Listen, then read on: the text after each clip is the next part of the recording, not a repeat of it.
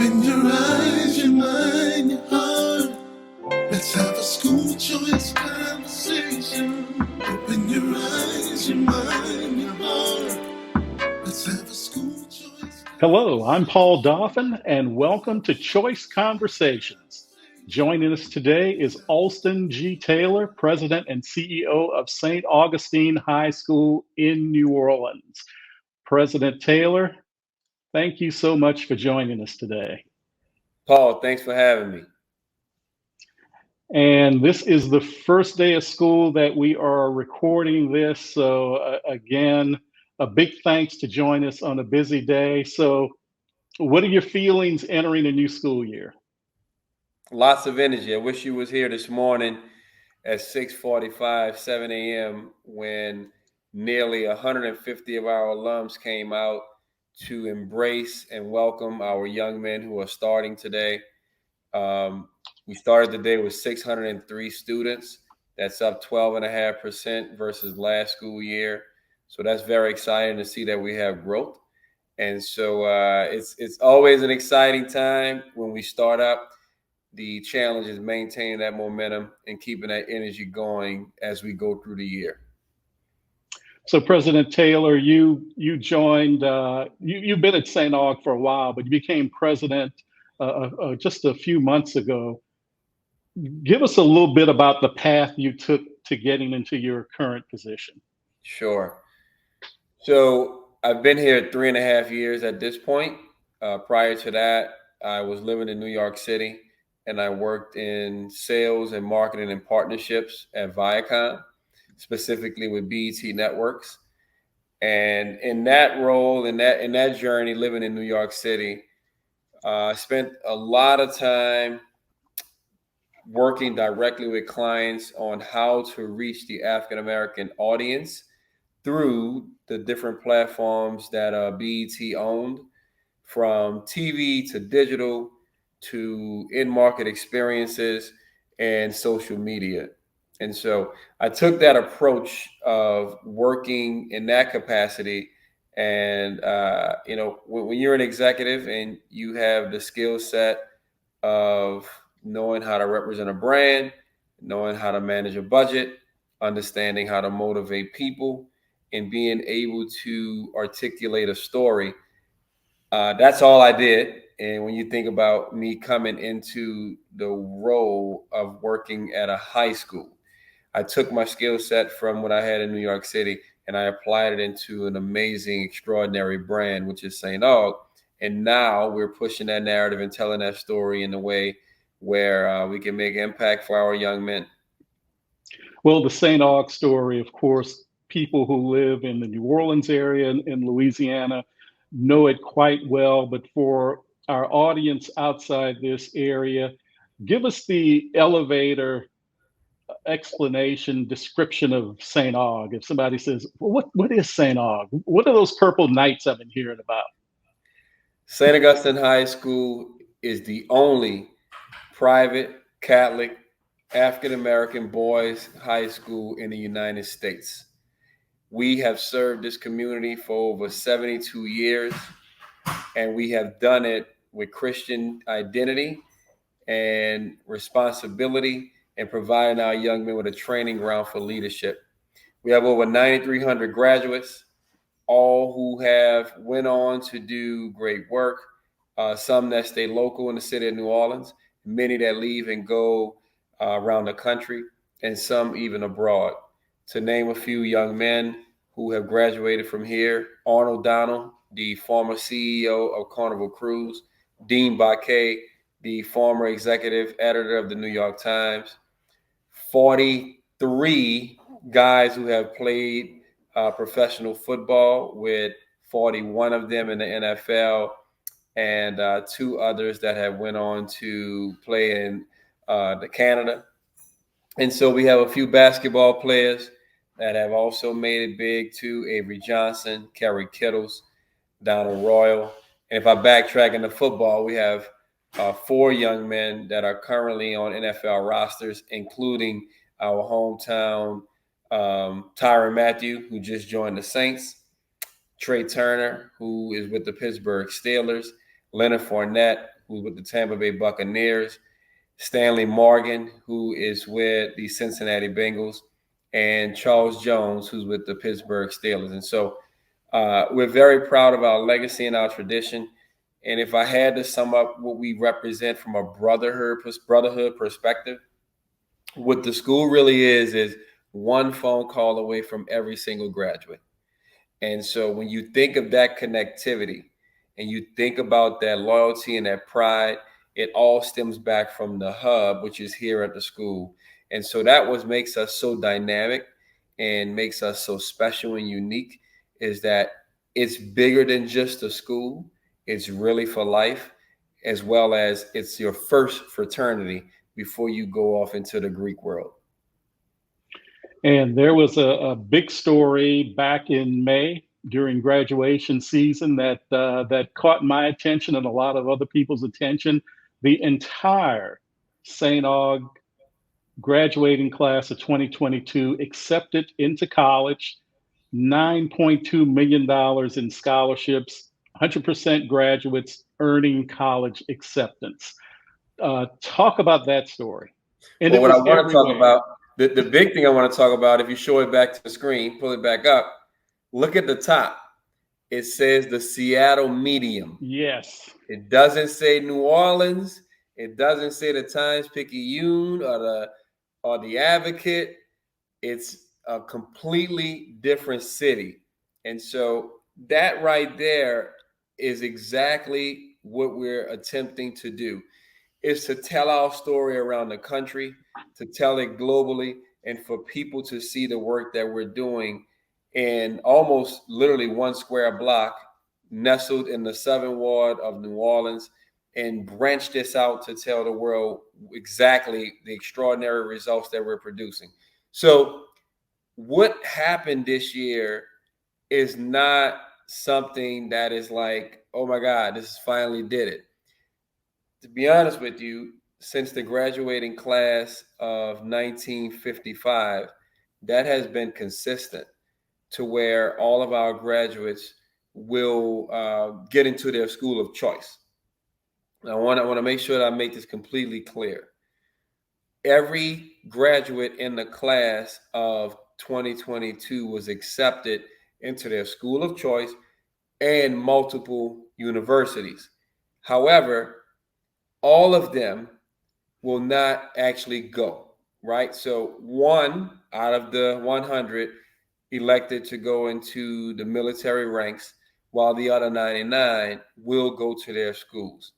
I want to point that out to make sure that people understand the difference, because, yes, I know it means something to be accepted, but then, I would love for everybody to actually sign up and be in the classroom come fall in their college of choice. But, we give our kids the options of what they want to do in life. And so the bigger track in data is going to be, of the 99 that entered into college, how many are staying, how many are finishing, and where are they now?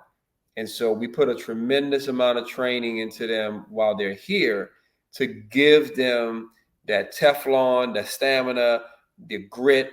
So when they go through challenging times, when they enter the next chapter of education, that they can stand it, they can be able to go over the hurdles, and they can be successful. That's just so important. And the thing is, I've seen a lot of schools that will tout a 100% graduation rate and acceptance rate, but when you peel back the hood, what you find is that a lot of students who get accepted, they aren't able to go anywhere because a lot of times the school or the families themselves don't have the resources to take that next step. Even something as simple as, I'm accepted to a university, but it's in another state. How do I get there? How much of the tuition are they going to pay? Yes. Can I afford room and board? I mean, these are huge issues. Yes. And you know what, Paul, that is a great segue into what we have realized here of how do we set our young men up for success and provide them with opportunities to think about not having to have those big hurdles when they come to financials. And so we've created partnerships, and we call it a vertical called University Alliances. We've set up these partnerships with our with schools around the country, and right now we have 11. I'm going to pull this list for you. We have a list of schools that have signed up with MOUs in place to work with us to have our students come to their universities at not the full freight. Some is room and board that's covered. Some are scholarships that's covered in full. Some is at 75% of the tuition. Some is at 50%. They all vary based off of the schools. But since October of 2021, we have set up 11 relationships with schools that have stated to us, you meet the criteria, it's yours to have. Come in, come to our university, be a part of our family, and get to move forward without having to pay everything. And so I'll share those schools with you. The first most notable is the University of Notre Dame. But we also have it locally with LSU, Southeastern, UNO, University of New Orleans. And then as we go into Texas Southern University, which is my alma mater, Aulston College, which is in Sherman, Texas, about 40 miles outside of Dallas, Texas, upstate, up north in Buffalo, with Houghton College, Canisius College, and then coming back down in Alabama, Stillman College, and going back to the Midwest, the University of Detroit Mercy. And so those schools have come, well, we went to them proactively, but they've responded with saying, you produce, we'll accept. And so these university alliances is a very special thing that is near and dear to my heart, because I want our young men and our families to invest now through our tuition, which is $10,250 a year, and then earn later. You pay now, you get the 4 to 5 years of training here with us, and then we're setting you up with our university alliances to be able to benefit later. And so every school, we're pushing to do a minimum of 2 scholarships to being allocated to us. And so my vision is 25 schools at a minimum of 2 scholarships, equaling 50% of a graduating class. Most of our graduating classes hover between 100 and 110 young men. So if we're able to have 50 scholarships and we have 100 graduates, you have a 1 out of 2 chance to go to college or university of your choice and be debt free. And that's the vision that my team has embraced. And right now we're at 11. So we're almost there. We're just under 50% of our goal. And the goal is to reach 25 schools with 50 scholarships by December of 2023. Incredible and exciting. Your entire student body, how many students do you have or you anticipate having as you start the school year this week? Today we had 603 that walked through the doors. Okay. All right. Now, earlier you mentioned all the great athletes who've come through St. Augustine, and you've had some positive news. Actually, you had a fire a few months ago that damaged your athletic complex, and now you've got a new health and wellness center. Can you talk about that? Sure. Paul, if you can point me in the direction of someone that's willing to cut a check for $5 million, Choice Conversations will be, you will have a podcast set up inside the Health and Wellness Center. But you've got the plan for it, right? Yes, absolutely. In November of last year, on Thanksgiving evening, we unfortunately had a fire on our second floor of our building. That second floor is where our basketball court is. And so we were repairing a court from the damage from Ida August 29th. And so we were laying down a brand new, beautiful, beautiful floor. And unfortunately, combustible material was left out, and the court caught on fire, transforming from going from just a court to bleachers to the roof to the scoreboard. It was a mess. I was going to say it was a hot mess, but of course it was very hot. But so as we're everyone's dining, trying to enjoy a meal, we get phone calls. I get a barrage of calls to me, letting me know the school's on fire, and it was a painful day. There was no macaroni and cheese, chicken, mashed potatoes that I was able to eat that night because my mind was racing on what was happening at the school. So this year, we have a huge priority to build out our health and wellness center. It's a $9 million endeavor. Right now, we have insurance coverage. That's about 40% of that $9 million, but we still have a ways to go. And so I'm tasked with going after about $5 million to raise to bring this building to life. And so this health and wellness center is going to be state of the art, incredibly innovative, and it will be more than just a basketball gym, a weight room, locker room, film room. They'll have spaces inside this beautiful structure that will provide wellness for not just our young men, but also for our faculty and staff, and outside participation from the public. In addition, we'll have special events inside this space, which we always have had in the past. And one of those, which is special to us, is having our Mass. We are a Catholic school, and so our Masses are always held inside of the gym on the second floor. So there's going to be an amazing space. I can't wait for us to see it come to life. We have 603 young men dependent on our efforts to be able to build it out so that they can get their training in and to become better. We're also going to teach classes out of the building. And there's going to be an elective that'll be taught.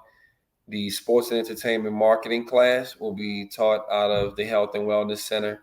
We will have Mass, as I mentioned, weight training, locker room space, coaches' offices for leadership training, as well as our concession stand, fan shop, and everything you could think of that goes into a space that enhances not only just ability, but to be able to take young men and people to the next level. So we would love to push this out and get this out in the world where people can see a beautiful, beautiful space. And we will have naming right opportunities. So if you know of anyone that has interest in investing in African-American males, their education and their training, we are that place. We would love to meet them and connect with them so they can be a part of our school culture. And for some reason, I think you're going to be successful and a lot sooner than we think. Thank you, Paul. Good luck with that. St. Augustine, what you guys are doing, providing excellent education for young Black men, is something that especially public school districts, especially in urban areas, are attempting to do. And in so many cases, it's very difficult, many cases unsuccessful. Poor performing schools are rampant across the country. We have those issues in Louisiana. But what advice would you give from your seat to school leaders who are tackling the problem that St. Augustine has seemed to have been able to solve? The first step that I would say, because I am 100% not an expert in this world, but the first thing that I can identify with that we do differently is we cultivate our community of supporters. And so when you're cultivating your community of supporters, you have alumni engagement, you have parent engagement, you have student engagement. And what you're doing is inevitably you have a lot of people that want to invest. And so a lot of times when you think of public schools or charter schools, people first place they go to is, well, the government's going to support them. Well, yes, that's true. You'll receive federal support from a financial perspective, but from a sweat equity perspective and the level of care and respect, you may not get it if you're not cultivating them. And so I'm taking you into this route to share that 70% of the faculty and staff at St. Augustine High School, they're graduates. Okay. So when people are wondering, like, how do they do it? Why does it stay intact? Why does everything stay consistent? And it seems like it's the same level of excellence.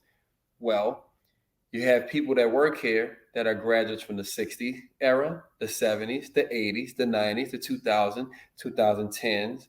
And when you have that same level of care and respect, because we've all been through it, it's hard to veer off and waver from what the product and what you've went through. And so I would tell public schools and charter schools, don't just graduate them. Graduate them, stay with them, connect with them, and then cultivate and bring them home. Because if you want your culture for the next generation to look and feel how it was when you were a student, then you need to be present. You can't expect results that you may have seen once before in the past if you don't have people from the past inside the system cultivating it. And so that is one of the most important ingredients and ways that St. Aug has been able to keep its consistency. Great advice.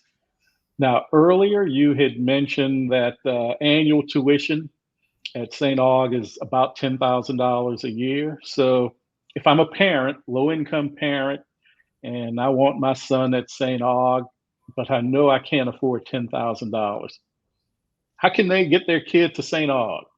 Sure. I'm glad you asked, because private does not equal to privilege when it comes to St. Augustine High School. And many see the end product, right? You see a Tyrann Mathieu, you see a Arnold Donald, you see a John Baptiste, you see a PJ Martin, and in your mind, you're saying, oh, they're successful because not just because they went to St. Aug, but they had a great family. They had two-parent household. They grew up in gated communities. It's not true. What you're seeing when it comes to the end product is that there is a certain culture that exists here at the school that we take kids from all walks of life, not only in the city of New Orleans, but in 9 other parishes that even go an hour and 5 minutes away from here to a kid who lives 5 minutes away from here. We're taking these young men, and you'll have a young man that comes from a gated community. You'll have a young man that comes from a two-parent household with multiple kids that are in Catholic schools. You'll have a parent who is a single mom who works 2.5 jobs to be able to have her child attend the school. And then you'll have a young man that may grow up in the housing projects, and the only way that he can be here is if he's receiving support. And so there's scholarships, there's financial aid that come from private donors of our school, majority alums, and from foundations that we cultivate to support those families. And then on the other hand, there are programs that are sanctioned through the state of Louisiana called ACE, Arete, Son of a Saint, and Aspiring Scholars.